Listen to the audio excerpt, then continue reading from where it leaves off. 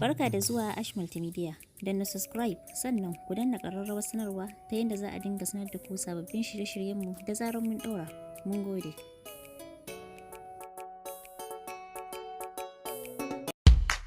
Zama, gyara zama, Aisha Haruna gyara zama.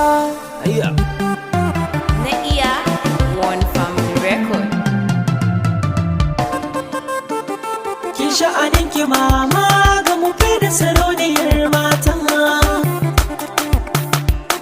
Sarauniyar mata.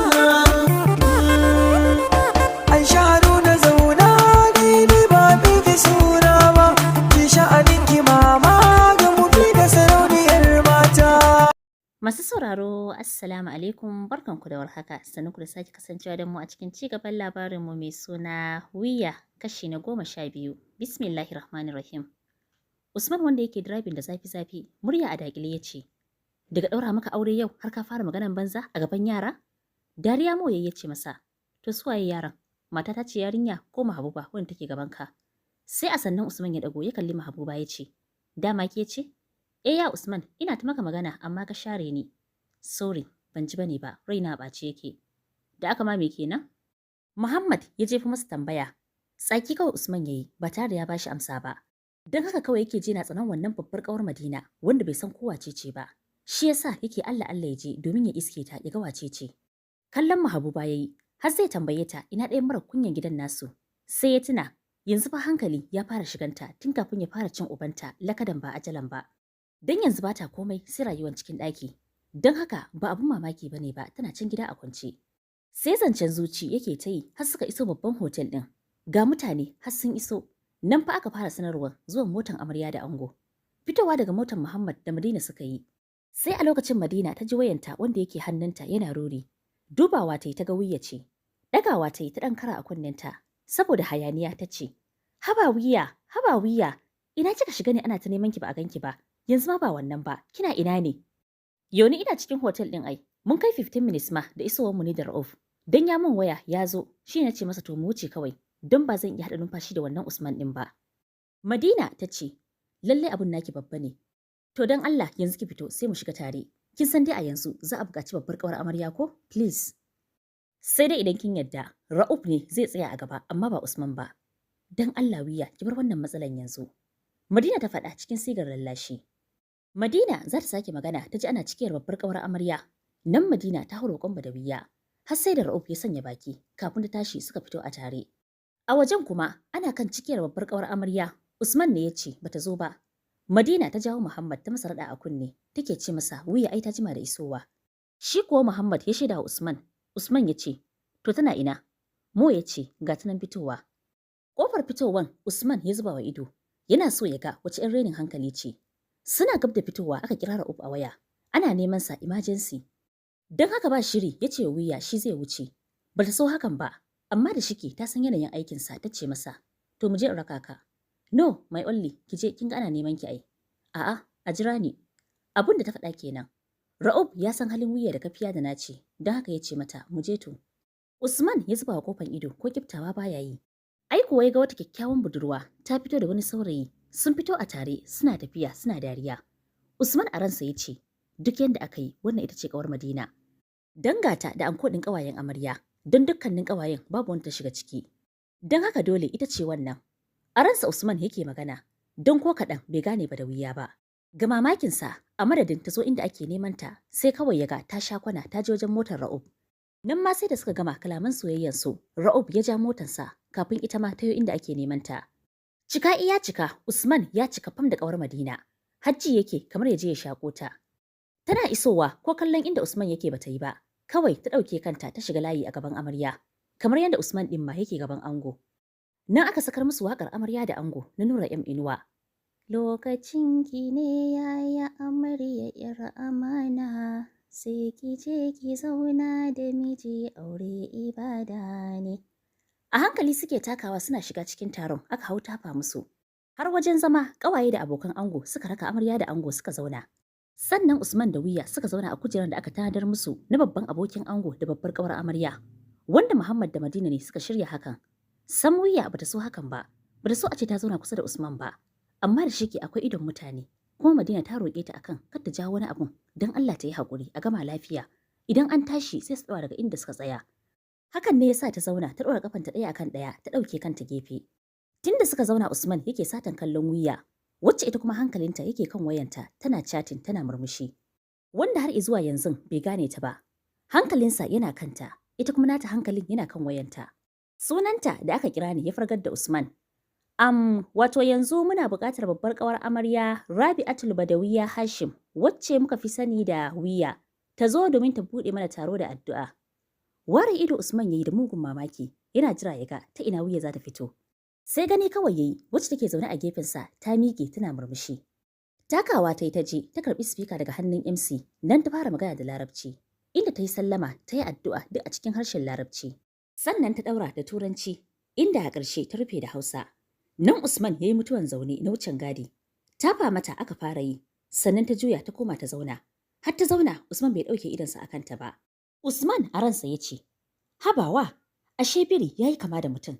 Ashe dai shegiyar mara kunyan yarinyar nan ne. Ni na ɗauka tana gida a kwance? Tukunna ma, da izinin uban wa ta fito ba tare da sani na ba. Yana faɗan hakan ya gyara zama tare da saka hannu ya janyo ta. Yanda ya janyo ta ya sa hanjin cikin Wiya tsinkewa. A dabarance ya janyo ta yanda babu wanda zai gane. Matse hannunta ya yi tare da matso da bakinsa sai tunkunnenta ya ce, Shegiya mara kunya, da na san ke muka tsaya jira ko? Ko yanzu ma ba tsira kika yi ba, wallahi za mu koma gida sai na ci ubanki. Sai kin gaya min waye sa'anki da kika ajiye na jiranki. Sai kin gaya min wani ƙato ne ya ganki da shi ɗazu. Sannan da izinin. Bai ƙarasa maganarsa ba ya ji ana neman sa. Wato MC yana cikin babban abokin ango. Kallanta ya yi sannan ya ce, Wallahi ki jira ni, zan dawo, sai dai ki canja wajen zama. Shiru Wiya ta yi ta raka bayansa da kallo, idan ta cike da ƙwalla, ga hannunta wanda ya matse mata yana mata zafi. Abinka da mutum mai hasken fata wajen har ya ɗan tashi. Ko kaɗan ta ƙi yadda hawayenta su fito, don ta ce kuka ba daga yanzu ba. Usman tarihin ango ya je ya bada, inda a ƙarshe ya musu addu'a da fatan alheri. Haka ma aka kira Wiya akan ta zo ta bada tarihin amarya. Ba musu ta miƙe, duk da bata san tarihin Madina ba. Shi yasa kafin ta fito, ta tambayi Anti Rauda akan ta bata a takaice. Usman zai koma ya zauna, MC ya hana sa ya ce masa ya tsaya. Nan suka jeru kowanne fiskansa babu yabo babu fallasa. Sai ka rantse babu abin da yake damun ɗayansu. Nan Wiya ta ba tarihin Madina a takaice, inda Madina da Muhammad suka sha mamaki. Madina ta ce, Hosbi, anya Wiya ba ta da aljanu kuwa? Wa ya sani, ni ma abin da nake tantama kenan. Bayan Wiya ta gama, za ta juya MC ya tsaida ta tare da faɗin. Tsaya mana ranki shi daɗe Mrs. Usman to be insha Allah. Wato an buƙaci da na sanar da 'yan uwa wanda suke wajen wannan taro. Nan da wata ɗaya mai zuwa kamar haka, za mu sake dawowa mu gwangwaje a bikin Oga Usman tare da amaryansa Wiya.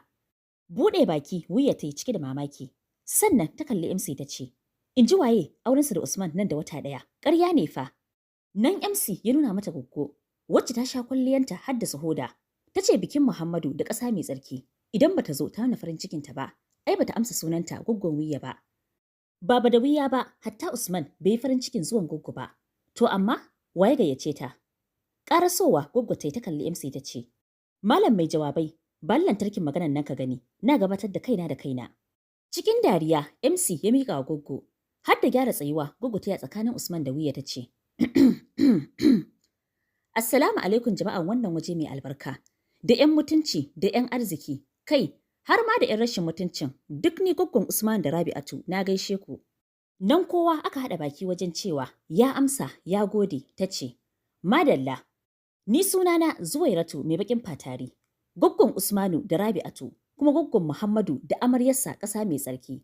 Nan jama'a aka kwashe da dariya ana tafawa goggo. Idan har ban zo na nuna farin ciki na a bikin Muhammadu da ƙasa mai tsarki ba, ai ban yi halacci ba. Don haka ina musu addu'a a sabuwar rayuwar da za su shiga, kuma in ce sun shiga. Don haka ina faɗi da babban murya, nan da wata ɗaya waɗanda suke nan ina gayyatan su zuwa wajen ɗaurin auren jikokina Usmanu da Rabi'atu. Kun gan su nan? Goggo ta faɗa tana runguma Usman da Wiya, wanda sai dariyan yaƙi suke yi. Nan Goggo ta gabatar da su, sannan ta yi wa Usman addu'a sosai. Kuma a cikin addu'o'in akwai ƙaruwa. Don kuwa mata da yawa sun ɗauki maganan Goggo.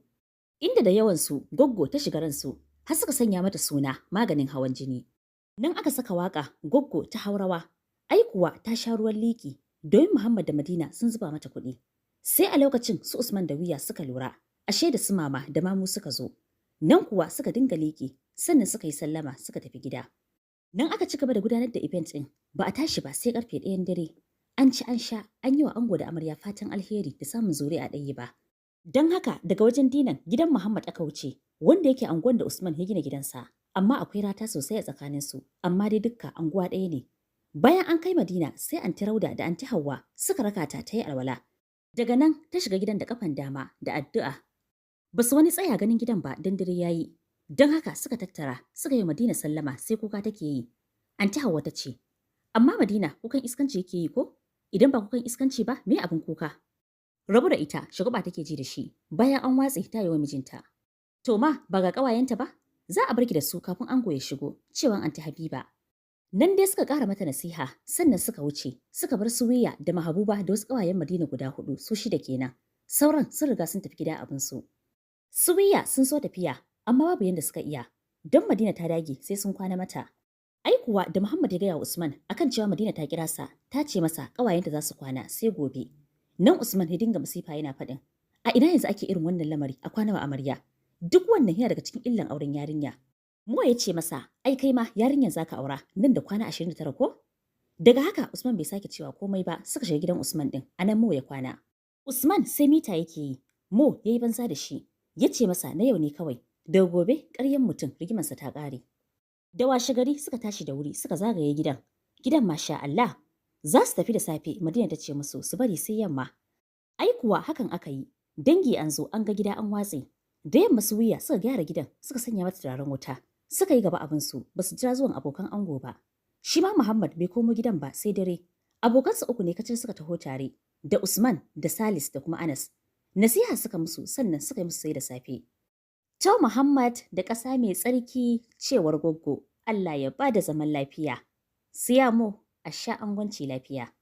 Bayan an gama bikin Muhammad da kwana 3, komai ya dawo daidai. Abokai sun ci sun gama da hidimansu. Su amarya da ango suna can gidansu suna shan lok ɗinsu. Tun da suka dawo, Usman yake neman wuya amma baya ganin ta. Da yake yanzu ta ci gaba da zuwa school ɗinta. Kuma yanzu yawanci suna tada ra'o. Don haka har a kwashe sati 2 maganan auren su yana ƙara ƙarfi. Sumo har an fara shirye-shirye don shi ke gayyato mutane, abokansu na nesa da na kusa. Don Usman kan ya mamanta. Mamu kuwa sai zuba hauka take yi akan cewa wannan aure muddin ita ce mahaifiyar Usman to ba za a yi shi ba. Gogo kuwa ta ce, wannan aure da shaidan manzon Allah sallallahu alaihi wasallam sai an yi shi muddin ita ce ta haifi Balarabe da Hashimu. Yau ta kama Friday da yamma. Ra'ub da Wiya suna tsaye a jikin motar Ra'ub suna hiransu na soyayya, suna nishadi, suna dariya. Ba zato sai ga motar Usman ya danno kai. Yanda ya gansu sai da ya ji wani abu ya soki zuciyarsa. Da ƙyar ya karasa ya wuce yayi fakin motarsa. Ya fito fiskanta ta mo ya doshi inda suke. Yana zuwa ya sa hannu ya fisko ta. Ya kalli Ra'ub ya nuna su da yatsa ransa a ɓace ce. Daga yau ka fita a harkanta. Don kuwa mata ta ce a halin yanzu. Idan na sake ganin ka da Badawiya sai na sa hukuma sun kama ka. Na ce kana neman matata. Gargaɗi daga shedi mai matuƙar firgitarwa Usman ya yi wa Ra'uf. Inda a ƙarshe Usman ya ce masa yana gayyatansa ɗaurin aurensu. Sannan ya figi Wiya wacce ke kuka wiwi ya shiga da ita ciki. Bai tsaya a ko'ina ba sai a falansa. Suna shiga ya soke mata maruka guda 3 sannan ya cillata akan kujera. Kin san zan ci ubanki ne, shi yasa ana gama bikin mu na neme ki na rasa ki. Amma ba komai, aikin kusa shigowa hannuna gaba ɗaya. Amma idan na sake ganin ki da wancan katon sai na wallahi shi ba kato bane ba, kai ne kato. Mari ya sake gaura mata ta saki ihu tare da miƙewa. Senta tebul na tsakiyar falonsa ta kifar da shike gilas ne ya watse. Zare ido Usman yayi zai cafko ta, ai kuwa ta fice da gudu. Tana cikin gudun ne ta ci karo da Mamu. Za ta raba Mamu ta wuce, Mamu ta kamo hannunta. Idanunta jawur da alamu daga wajen goggo take. Da alamun goggo ta gama sauke mata notunan kanta ta damƙa mata a hannunta. Shine yanzu take so ta huce akan Badawiya. Ke Badawiya, ina so ki fita a harkan Usman don bana son aurenki da shi. Bana son aurenku da Usman. Share hawaye Wiya ta ce, Mamu, waɗanki Usman zaki faɗawa ba ni ba. Don ni baya gabana. Bana ganin sa. Wallahi da zai janye da ya taimaki rayuwata. Don ko digon san ɗanki Usman bana yi. Ina da wanda nake so. Da ma kin tana ɓata ranki Mamu. Don ni da mama ba mu san me muka miki ba. Ki yi haƙuri idan abin da na faɗa kin ji haushin shi. Amma ni gaskiya na faɗa. Wiya na gama magananta ta wuce wajen goggo da gudu. Mamu ta cije bakinta ta je wajen Usman akan ya janye amma ko bai ce mata ba. Haka ta gama masifanta da sababinta da balbalin bala'inta ta fice. Abu fa kamar wasa Zai zo sai gashi nan biki sauran sati ɗaya. An hana Wiya fita ko nan da can. Gashi yanzu damuwanta ya ninka na baya. Tana kiran Ra'uf a waya amma baya ɗagawa. Don ya san bikinta sauran sati ɗaya. Don Mahabuba ce ta gaya masa. Wiya bata gama tsinkewa ba sai ta ga kayan lefinta. Habawa, ainihin hankalinta ya ƙara tashi. Ta hau hauka tana bori. Ranar Juma'a za a ɗaura auren. Yau ta kama Laraba, gobe Alhamis za a yi ƙauyawa dai. Wanda Mahabuba ce ta shirya shi, don ita ce take fafutuka akan bikin. Madina ma tana gefe tana taya Mahabuba da kuma mijinta wanda shi ke wahalan. Zaune suke a falon Goggo don cikin gidan ya fara cika da 'yan uwa. Sai ɗin Goggo kuma babu kowa. Kuka Wiya take yi, Mahabuba tana bata haƙuri, tana rarrashinta akan ta yi haƙuri ta ɗauki ƙaddaranta mana. Cikin kuka Wiya ta ce, Mahabuba, yanzu da gaske Usman ne zai aure ni ba Ra'uf ba? Yanzu shi kenan mun rabu da Ra'uf kenan Mahabuba? Ashe dama haka zafin rabuwa da masoyi yake? Ashe haka Usman ya ji lokacin da raba shi da Husna? Kuka ne ya sufce mata mai ƙarfi. Usman kuwa wanda ya danno kai zai shigo cikin falon Goggo. Kunnuwansa suka je masa wanga batu. Ƙura Wiya ido yayi, gabansa yana bugawa. Zuciyarsa kamar za ta tsaga ƙirjinsa ta fito saboda mugun tsananin mamaki. Mahabuba kuwa a zabar ta ce mata, ban gane me kike cewa ba Wiya. Kina nufin ki ce min ke ce kika raba ya Usman da Husna? Gyaɗa kai Wiya ta ce mata, Mahabuba, ni ce. Nan ta bata labari tun daga A har Z. Mahabuba ta ce, tabɗija, lalle ba da Wiya bai kyauta ba. Kenan duk ciwon da ya Usman yake yi ke ce sila? Kika raba su da Husna? To ke ma gashi nan kina ɗanɗana abin da yake ji. To ai shi kenan. Masu sauraro duka-duka a nan zan dakata sai mu tara a kashi na gaba domin jin yadda za ta kaya tsakanin Usmanu da Badawiya. Shin zai ɗauki mataki akan wannan al'amari ko kuma menene zai faru? Dole dai na san cewa akwai abin da Usmanu zai yi akan wannan batu. Ko dai yanzu ko kuma can gaba. Amma dai mu tara a kashi na gaba da yardan Allah za mu ɗora daga inda muka tsaya ku huta lafiya.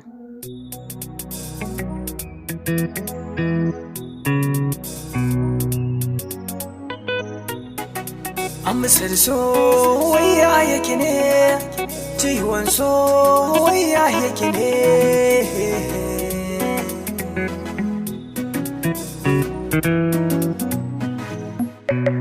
Amsar so guri na furta shi da nauyi-nauyi, kan a faɗe shi dole dogon nazari yake yi.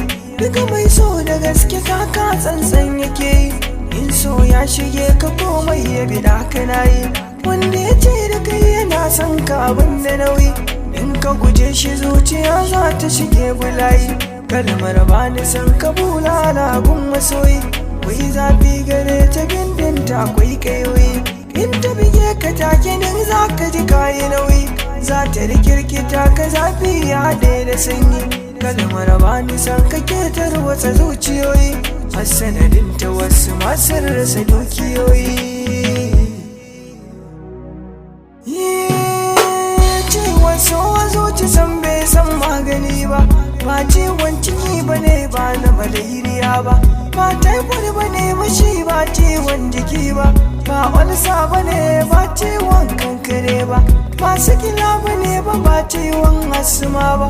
Cutar so yana da launi in za a duba, ni rikitar da ɗan adam yaro ko kuma ba, sannan shi da cutuka san ba su yi kama ba.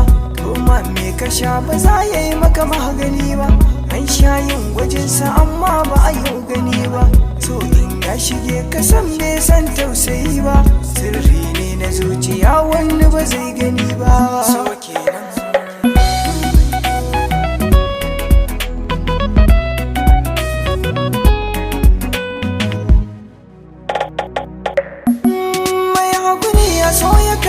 ka dukan mataki, dan san juriya ta kansa ya zamo sadauki. So shuka yawan kulawa sunansa taki, in ba ɗaya dole ɗaya ba shi hawa mataki. Mai haƙuri da juriya shi zai samu sauki, a cikin so ana buƙatar mai karaki. Sannan so yana buƙatar birji na baki, mai ma'ana da nuna soyayya babu birki. Banga abin da ya fi so ɗaukar hankali ba, bai rufe laifuka a neman ka ba ka gani ba. Inda Jamil a so ka naunai ni ba jiyan ba, ba zan yo sake ya ɗauke ni ya yada ni ba.